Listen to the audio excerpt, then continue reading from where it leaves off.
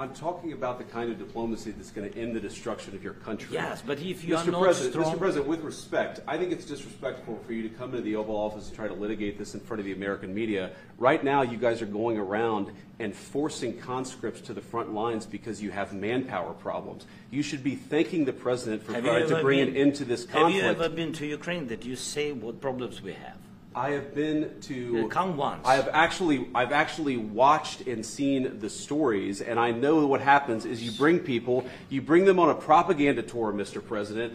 Do you disagree that you've had problems bringing people into your military? We have problems. And do you think that it's respectful to come to the Oval Office of the United States of America and attack the administration that is trying to prevent the destruction of your country? A lot of questions. Let's start from the beginning. Sure. First of all, during the war, everybody has problems, even you, but you have nice ocean and don't feel now, but you will feel it in the future.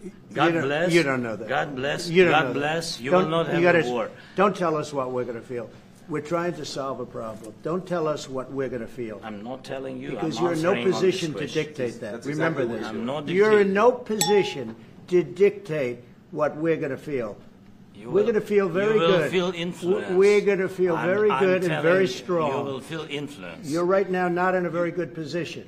You've allowed yourself to be in a very bad position, and he happens to be right about it. From the very beginning of the war, you're not in a good position.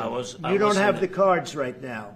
With us, you start having cards. Playing cards. But right now, you don't. Yeah, you're playing cards. Mr. President. You're playing cards. Serious. You're gambling with the lives of millions of people. You're gambling with World War III. You're gambling with World War III. And what you're doing is very disrespectful to the country, this country. It's back to you. Far more than a lot of people said they should have. Have you said thank you once? A lot of times. No, in this even entire today, meeting, you said thank you. Even today. You went to Pennsylvania and campaigned for the opposition in October. Offer some words of appreciation for the United States of America and the President who's trying to save your country. Your country is in big trouble. Can I Wait a answer? minute. No. You've done a lot of talking. Your country is in big trouble. I know. You're not winning. I know. You're not winning this. You have a damn good chance of coming out okay because of us. Mr. President, we are staying in our country, staying strong from the very beginning of the war. We've been alone, and we are thankful. I said thanks you haven't in been this alone. cabinet, you and not only in this cabinet. We gave you, through the stupid president, $350 billion. We gave you military equipment, and you men are brave, but they had to use our military. What about if you didn't have our military equipment, if you didn't have our military equipment, this war would have been over in 2 weeks. It's a heated conversation right now. What are you saying?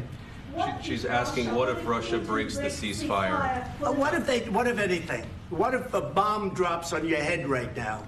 Okay? What if they broke it? I don't know. They broke it with Biden because Biden, they didn't respect him. They didn't respect Obama. They respect me. All I can say is this. He might have broken deals with Obama and Bush, and he might have broken them with Biden. He did, maybe. Maybe he didn't. I don't know what happened. But he didn't break them with me. He wants to make a deal. I don't know if you can make a deal. The problem is I've empowered you to be a tough guy. And I don't think you'd be a tough guy without the United States. And your people are very brave. But you're either going to make a deal or we're out. And if we're out, you'll fight it out. I don't think it's going to be pretty, but you'll fight it out. But you don't have the cards. But once we sign that deal, you're in a much better position. But you're not acting at all thankful. And that's not a nice thing. I'll be honest, that's not a nice thing. All right, I think we've seen enough. What do you think?